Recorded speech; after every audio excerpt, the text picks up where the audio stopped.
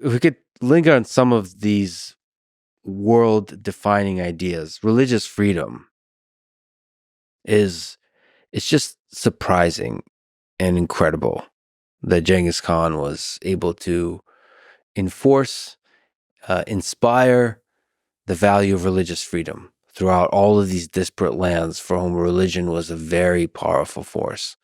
So can you speak to that? Some empires in history and some rulers have been tolerant of various groups. I mean, Rome to some extent was reasonably tolerant of different sects and religions, not of the Christians, but reasonably. But what happened with Genghis Khan, the first campaign he had outside of Mongolia was for the Uyghur people who lived in Western China. They at that time were being ruled by, actually we had mentioned before, the Naiman king Taiyang Han. His son Gutschluk had fled, no good, worthless, son, but Gutschluk had fled into what is today the area around Kyrgyzstan, and they ruled over the Uyghur people. He had been a Christian. The Naiman had been a Christian tribe, but he converted to Buddhism. Well, his subjects were Muslim, and he outlawed the Muslim religion, and he made all kinds of things happen. So the Uyghurs sent a delegation to Genghis Khan. At this time, they knew that the emperors of China were too weak to protect them, so they sent a delegation to Genghis Khan and asked him to come and save them from him. And he did. He sent down a detachment. He didn't actually go himself. He sent a detachment down there. They drove Gutschluk from power. Gutschluk fled down towards Pakistan in that direction. They caught up with him. They killed him. That's what the Mongols did. And then Genghis Khan made the first law that he ever made for people outside of Mongolia. So up to this point, it's been tribal law. And he saw, as we had mentioned before, that for the tribes were mostly fighting over women. So you outlaw the kidnapping of women, you outlaw the sale of women, and you cut down on a lot of the feuding. But he saw that civilized, quote unquote, people fought a lot over religion. They weren't fighting over women, they were fighting over religion. And so he made a law. Now, this was very interesting. We talk about religious freedom. Religious freedom comes in many forms. One form is to allow institutions to do what they want. So we're going to allow the Mormons and the Catholics and the Jews and the Muslims each to do what they want in the organized churches that they have. His law was not that. It had presumed that. It allowed that. But he said every person has the right to choose their religion. No one can stop them. No one can force them. The idea that it was individual choice, no one in history had ever thought of that it belonged to the person.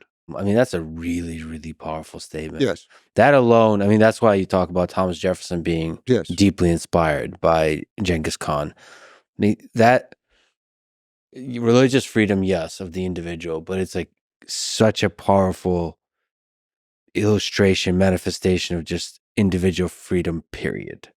Yes. If you in the world, in history, are allowed to practice any religion you want, that is like one of the biggest way to say that the individual is fundamentally free in a society. Yes. It was a great source of power for him also. I don't say that he did this because of some ideological reason. It's just like he didn't outlaw the kidnapping of women for ideological reasons. He didn't come to it through studying ideas of moral right. He came to it through practical experience of life. His mother was kidnapped.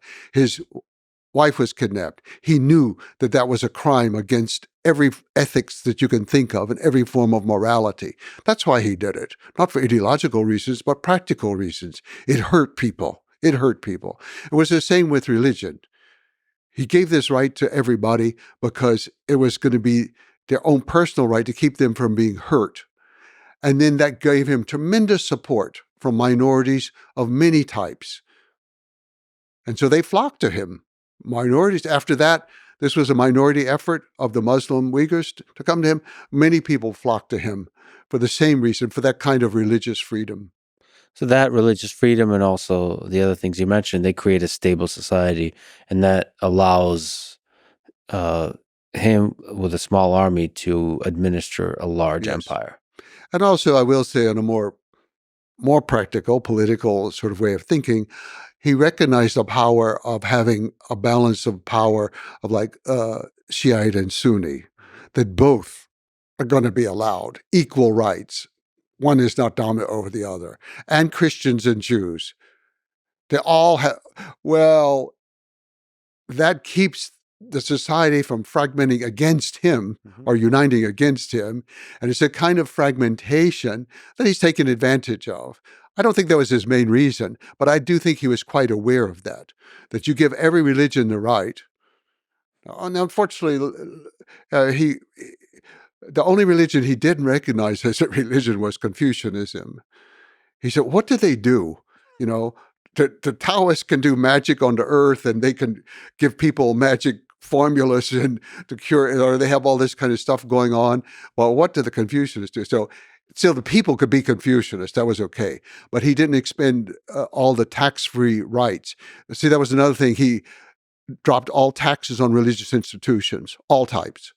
But since the Confucianists were not necessarily classified, but then, of course, eventually there was abused so much because the religions were then getting everybody to donate property. You can still use it. You can still farm your land, but it's ours. And now you don't have to pay taxes on it. You just give us some money, got abused. But it started off as a good idea.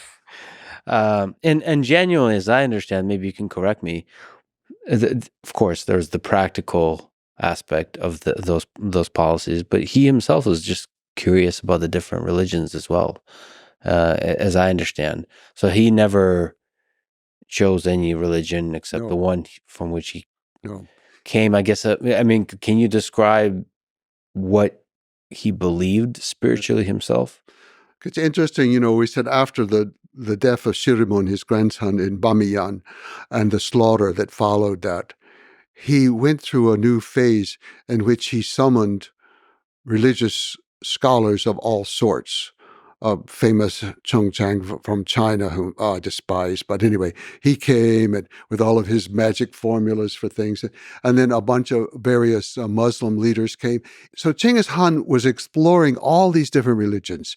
And not just in a simple way. He had organized public lectures from these people and public debates, not antagonistic debates, but discussions among groups of people who hated each other and would never discuss anything. And suddenly this powerful man summons them and he has to say, okay, well, explain your religion and explain yours. And even sometimes you can't just explain it in terms of your own scripture.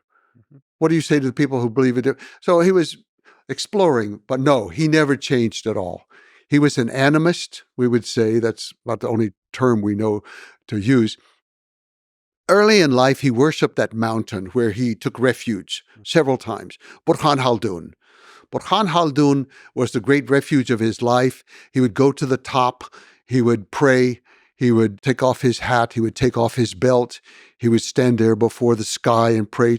Also later on, actually, this became rather dramatic. He would sometimes go away to pray, should we invade these people? And so all of the subjects are waiting to hear what's God going to tell Genghis Khan when he goes up the mountain, And so there are episodes like that, but he was very sincere.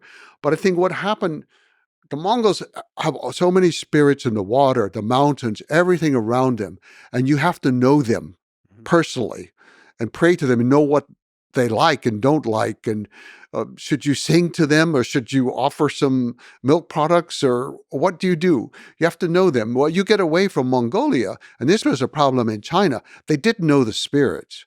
This caused great consternation for the Mongols. You've got a land here and the spirits don't like us. They're hostile lands. We don't even know who they are. We don't know these spirits in China. It took a long time. And so gradually Genghis Khan, he's kind of moved from just the spirit of the mountain that he worshipped, which remained his main focus of worship his whole life. He removed that to the sky. That was the one universal spirit. It was everywhere in the world. The sky was the same for every people. And so for the Mongolians in their language, the word for sky and the word for heaven and the word for God and the word for weather are all the same. Tengir, Tengir. And so or Monchuchtinger in the case of the eternal sky, when they're talking about it in religious terms, the eternal blue sky. So he became more universalistic in this animist vision of the world. And so then the sky could embrace all religions, and all people were trying to attain the same form of enlightenment. Well, enlightenment is too specific a word, but the same form of moral life and guidance from the sky. He felt that each person knew morality. Each person could communicate and know morality within themselves. They didn't have to just be taught it by somebody from a book. And in fact, as one of his grandson, Monghan, said, you people talking to all the others, to the Christians, the Jews, the Muslims, the Taoists, said, you people have your scriptures and you don't live by them. We have our spirits and our shamans and our drums, and we live by them. And I think it's true.